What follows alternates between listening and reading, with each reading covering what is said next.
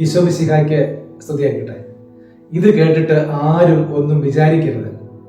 പ്രാർത്ഥിക്കാത്ത മനുഷ്യൻ പകുതിയെ ജീവിക്കുന്നുള്ളൂ. കാരണം പ്രാർത്ഥിക്കുക എന്നൊക്കെ പറഞ്ഞാൽ അത് അവനവനിലേക്ക് നോക്കുന്ന സമയം കൂടിയാണ്.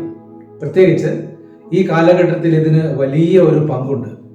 ഇന്ന് നമ്മുടെ കുഞ്ഞു മക്കൾക്ക് അടക്കം എല്ലാവർക്കും ബാധിച്ചിരിക്കുന്ന ഒരു രോഗമാണ് ഈ സ്ട്രെസ്. അതുപോലെ ഡിപ്രഷന്റെ കാര്യം പറയുകയും വേണ്ടല്ലോ. അങ്ങനെയുള്ള സാഹചര്യത്തിൽ ചെറുപ്പം മുതൽ ഒരാൾക്ക് കൊടുക്കാൻ പറ്റുന്ന ഏറ്റവും വലിയ സമ്മാനത്തിന്റെ പേരാണ് നമുക്ക് പോയി പറയുവാൻ ഒരു ഇടമുണ്ടാവുക എന്നത്. എവിടെയെങ്കിലും പോകുമ്പോൾ തമ്പുരാന്റെ രൂപത്തിന് മുമ്പിൽ ഒന്ന് നിന്നിട്ട്, അല്ലെങ്കിൽ സാധിക്കുന്ന അവസരങ്ങളിൽ പള്ളിയിൽ കയറി ഒന്ന് പ്രാർത്ഥിച്ചിട്ട് പോകുമ്പോൾ അത് വലിയ ഒരു ശക്തിയാണ്.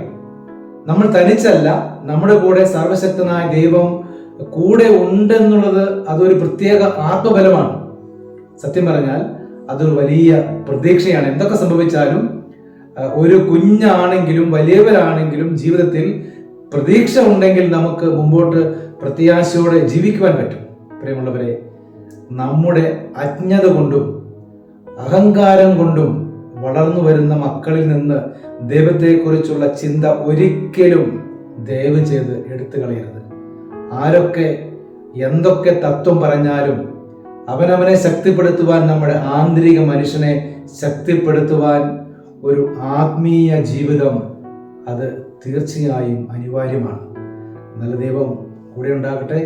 ദൈവം എല്ലാവരെയും അനുഗ്രഹിക്കട്ടെ.